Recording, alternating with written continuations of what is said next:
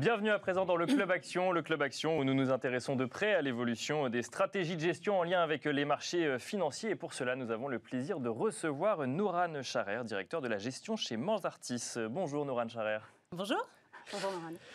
Bienvenue. Alors on va se poser tous les trois la question de la rationalité des marchés financiers face à la crise sanitaire que nous connaissons à présent depuis 1 an et demi. Et surtout, on va voir comment on réagit quand on doit procéder à des arbitrages ou à des choix de gestion. Nourane Charer, si on regarde un petit peu ce qui s'est passé cet été, le CAC 40 a frôlé les 6900 points, se rapprochant toujours plus de son record historique qui est à 6922. Bon, il y a eu un petit calage effectivement la semaine dernière en lien avec les annonces chinoises et peut-être aussi avec les minutes de la Fed, même si on le disait, c'était largement anticipé.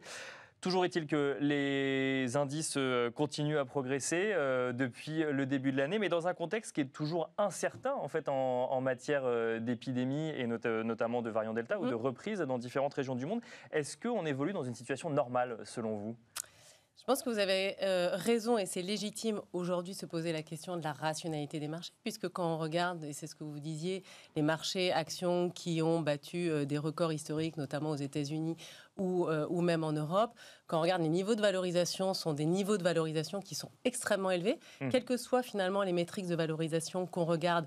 En absolu, quand on regarde sur le marché européen, on se paye sur les bénéfices à peu près 18 fois contre un historique à 14 fois. Donc, c'est relativement élevé. Et c'est pareil aux États-Unis. Donc, cette question de la valorisation, je dirais qu'il y a quand même 2 remarques à faire. La première, c'est que la valorisation, normalement, s'analyse dans l'environnement de marché actuel. Donc, aujourd'hui, si on regarde la valorisation relative par rapport au marché obligataire, on reste sur une valorisation qui est plutôt attractive. Là, on analyse la prime de risque. Et la prime de risque est attractive, en tout cas en Europe. Donc ça, c'est la première chose.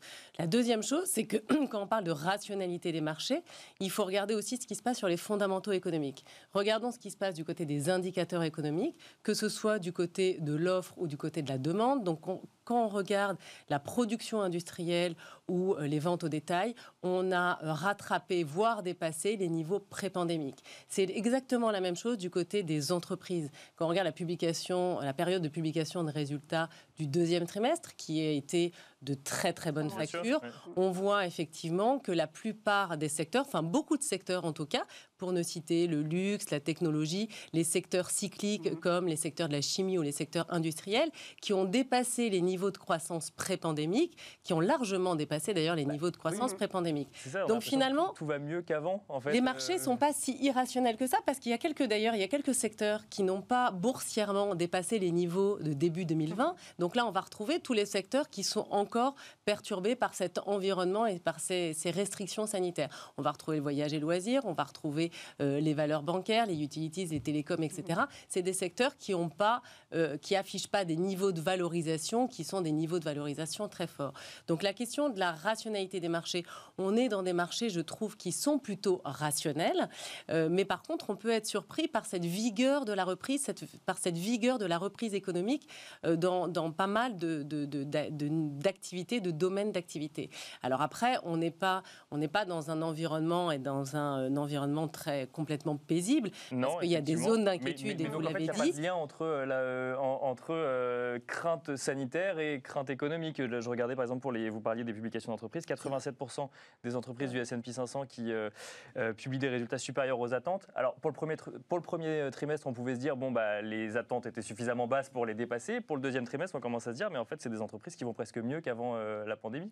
Oui, parce qu'en fait la pandémie a accéléré en fait des thématiques de croissance, comme on en parle beaucoup, la digitalisation de l'économie, et on voit bien que certaines entreprises dans le secteur de la technologie ont gagné 2 voire 3 années de développement futur. Donc ça, c'est quand même quelque chose qui se retrouve dans la valorisation des marchés, qui se retrouve dans les performances financières sur certains secteurs. Donc le marché est en partie rationnel, même si, attention, sur le 2e semestre, on peut avoir quand même quelques éléments d'inquiétude, et peut-être que cette vigueur de la reprise, ces surprises sur l'activité économique pourraient être peut-être un petit peu grévées par l'environnement qu'on connaît, avec notamment le timing du tapering qui est quand même difficile d'anticiper, ou alors en fait avec cette reprise de l'épidémie qui qui limite en fait la visibilité qu'on peut avoir sur les marchés.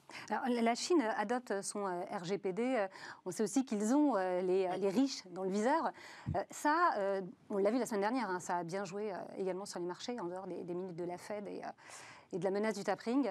Oui, alors sur le marché chinois, vous avez raison. C'est vrai que le marché chinois, c'est un des rares marchés qui, depuis le début de l'année, affiche quand même une baisse de 15%, donc qui a été notamment accentuée au mois de juillet à cause de deux éléments, je dirais, ce tour de vis réglementaire dont vous parlez, et puis peut-être une normalisation de l'activité économique qui est en plus un petit peu grévée par ces déséquilibres sur la chaîne d'approvisionnement qui vient en fait flouter un petit peu cette visibilité sur la croissance économique en Chine. En ce qui concerne le tour de vis réglementaire, je pense qu'il faut faire plusieurs remarques. La première remarque, c'est que les actions chinoises se payent en fait avec une décote par rapport aux actions des pays développés. Pourquoi ? En partie parce que on a un interventionnisme de la part du gouvernement chinois qui est quand même très fort et qui peut parfois, sur certains secteurs privés, arriver de manière un petit peu brutale. Donc ça, c'est la première. Faire perdre beaucoup d'argent à certaines valeurs quand on décide de les faire sortir ou de ne pas les coter, quand c'est le cas de Ant, ou dans le cas de Didi, de leur faire perdre pas mal de valeurs. Mais c'est pas nouveau. Je veux dire, on a déjà eu des tours de vis réglementaires en 2014 avec l'anticorruption, on l'a eu en 2018, et comme vous le disiez, ça a aussi repris en fin d'année dernière avec l'interdiction de la cotation de la filiale d'Alibaba. La deuxième remarque que je voudrais faire, c'est que le tour de vis, ces mesures réglementaires ont été faites dans le domaine de l'éducation, dans le domaine de la technologie et dans le domaine des médias. Dans le domaine de la technologie, ce qu'il faut regarder, c'est que finalement, ça donne de la crédibilité au marché chinois, puisque effectivement, l'objectif, c'est lequel ? Il y a un double objectif. Le premier objectif, c'est lutter contre les monopoles. Le deuxième objectif, c'est la protection des données personnelles. Ces deux objectifs, ce sont des objectifs qui sont menés dans les pays développés, que ce soit aux États-Unis ou en Europe. Ce n'est pas propre à la Chine. Donc on voit plutôt, vous l'avez mentionné, la RGPD, ça a été une règle qui a été mise en place en 2016. Quand on regarde entre 2017 et 2019, la Commission européenne, pour des problématiques de monopole, a infligé en fait une amende à Google de l'ordre de 8 milliards d'euros. Donc en fait, toutes ces problématiques réglementaires, finalement, sont des problématiques réglementaires qui sont adressées aux États-Unis, en Europe. Aujourd'hui, le fait que la Chine adresse ces deux problématiques-là, ça donne plutôt de la visibilité et de la crédibilité au marché chinois sur les prochaines années. Alors, effectivement, ça crée de la volatilité à plus court terme, mais ça donne de la visibilité à plus long terme. Ça donne de la visibilité à plus long terme. On pourra finir là-dessus. C'est vrai que c'est quand même intéressant de remarquer que cette annonce en fait crée des craintes en fait sur les marchés européens, alors que finalement les Chinois ne font dans ce cas précis que ce que les Européens et les Américains essayent de faire, avec un peu plus de difficulté finalement parfois de réguler Google, Facebook ou Amazon. Là, les Chinois effectivement montrent qu'ils y arrivent avec un peu plus de facilité. C'est plus brutal effectivement, donc ça surprend un peu plus. Oui. Mais finalement ils ne font rien de plus que ce que font déjà les régulations européennes. Les régulations. Alors après dans d'autres domaines, dans le domaine de l'éducation, c'est vrai que la mesure peut être un peu surprenante, mais je pense qu'elle rentre dans la volonté du gouvernement chinois d'améliorer en fait la fécondité, j'allais dire, en fait le taux de démographie, la démographie en Chine, parce qu'effectivement, quand ils ont abandonné la politique de l'enfant unique, on voit bien en fait que ça n'a pas repris et que en fait les Chinois n'ont pas amélioré en fait. Voilà. Pourquoi ? Parce que l'éducation coûte cher. Donc c'est une manière pour le gouvernement chinois en fait d'améliorer peut-être la démographie en Chine. Cette situation. Merci beaucoup Nora Necharer d'avoir partagé avec nous votre expertise sur cette actualité financière et notamment des marchés actions. Nora Necharer, je rappelle que vous êtes directeur de la gestion chez Manzartis. Merci à vous également et on se retrouve tout de suite dans le Club Expert.